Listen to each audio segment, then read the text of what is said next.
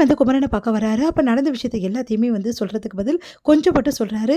இந்த மாரி அவரு ஏன் வந்து எனக்கு காவேரி கிடைப்பான்னு சொல்றாரு.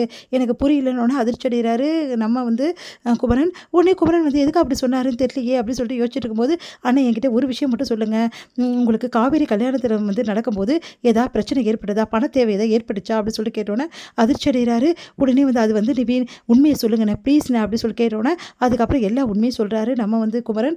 அதை கேட்டு அதிர்ச்சி அடைகிறாரு. அப்ப இதுக்காக தான் காவேரி வந்து கல்யாணம் பண்ணிக்கினாளா? அப்போ உண்மைதானா? கான்ட்ராக்ட் பண்ணி மேரேஜ் தான் பண்ணியிருக்காளா காவேரி? அப்படின்னு சொல்லிட்டு ஊர்ஜிதப்படுத்திக்கிறாரு. உடனே வந்து அண்ணன் நான் அப்புறமா வந்து பேசுறேன். டேய் எல்லாத்தையும் சொல்லிட்டு போடா. இல்ல அப்புறம் பேசலாம் அப்படின்னு சொல்லிட்டு அங்கேருந்து கிளம்பிடுறாரு நிவின். அடுத்து நிவின் வந்து பணத்தை எடுத்துட்டு போயிட்டு காவேரி கிட்ட குடுக்குறாரு. இந்த மாரி விஜய் கிட்ட குடுத்துட்டு இப்பவே வந்து அந்த கல்யாணத்துலேருந்து ரிலீவ் ஆயிடு.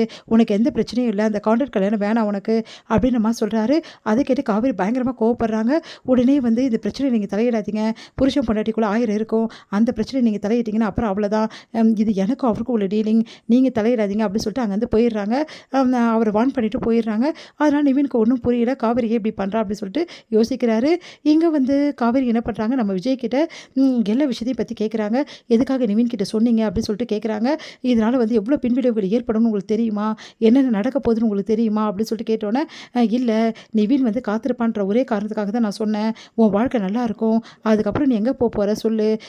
அக்ரிமெண்ட் முடிஞ்ச உடனே நீ எங்க போவேன்ற ஒரு டென்ஷனே எனக்கு அதிகமா இருக்கும்ல. அப்படின்னா அந்த டென்ஷன் உங்களுக்கு வேணான்னு ஏற்கனவே நான் சொல்லியிருக்கேன்ல. இல்ல உனக்கிட்ட ப்ராமிஸ் பண்றதுக்கு முன்னாடியே நான் சொல்லிட்டேன் அப்படின்னு சொல்லிட்டு சொல்றாரு. இப்போ என்ன பண்ண போறீங்க? கண்டிப்பா வந்து சீக்கிரமாவே வந்து எல்லாம் முடிஞ்சு போகுது. முக்கியமான விஷயம் எங்க வீட்டுக்கு தெரிஞ்சாவே அடுத்த நொடியே அந்த பணத்தை எடுத்து வந்து உங்ககிட்ட குடுத்துட்டு கண்டிப்பா வந்து இந்த பிரச்சனைய தீர்த்துருவாங்க. அப்புறம் என்ன நான் இங்க இருக்க முடியாது. நீங்க 10 மாசம் 10 மாசம் சொல்லிட்டு இருக்கீங்களே, அந்த 10 மாசம் நான் கண்டிப்பா இருக்கவே முடியாது அப்படின்னு சொல்லிட்டு சொல்றாங்க. அத கேட்டு அதிர்ச்சி அடைகிறாரு. சரி இப்ப என்ன பண்றதுன்னு தெரியல. நான் தான் தெரியாம சொல்லிட்டேன். சாரி காவேரின்றாரு. சாரி சொல்லி என்னங்க பிரயோஜனம்?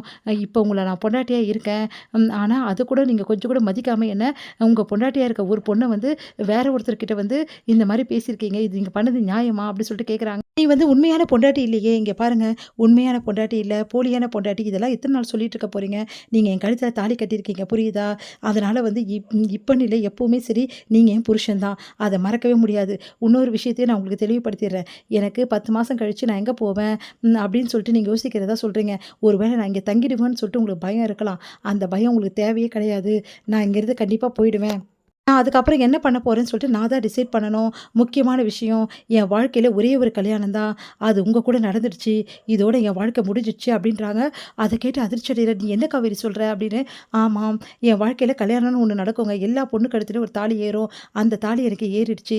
இதுக்கப்புறம் என் வாழ்க்கையில என்ன இருக்கு சொல்லுங்க? இதுக்கப்புறம் இன்னொரு கல்யாணம் பண்ணிக்கிட்டு நான் அவஸ்தைப்பட சொல்றீங்களா என்ன? அதனால என் வாழ்க்கையில ஒரே கல்யாணம். அது நான் விஜயோட பொண்டாட்டியா இருந்தேன். அதே மாரி நான் இருந்துடுறேன். உங்களோட பொண்டாட்டியா இல்லனாலும் எனக்கு கவலை இல்ல. ஆனா என் கழுத்துல தாலி இருக்குல்ல, நான் எப்பவுமே வந்து கல்யாணம் ஆனவ தான் அப்படி சொன்னோனே, ரொம்ப ரொம்ப அதிர்ச்சி அடைகிறார் விஜய். காவேரி நீ எடுக்கிற முடிவு தப்பு காவேரி. சொன்னா கேளு. உன் வாழ்க்கைய பாழ் பண்ணணும்னு சொல்லிட்டு நான் உனக்கு வந்து அக்ரீமெண்ட் கல்யாணம் பண்ணல.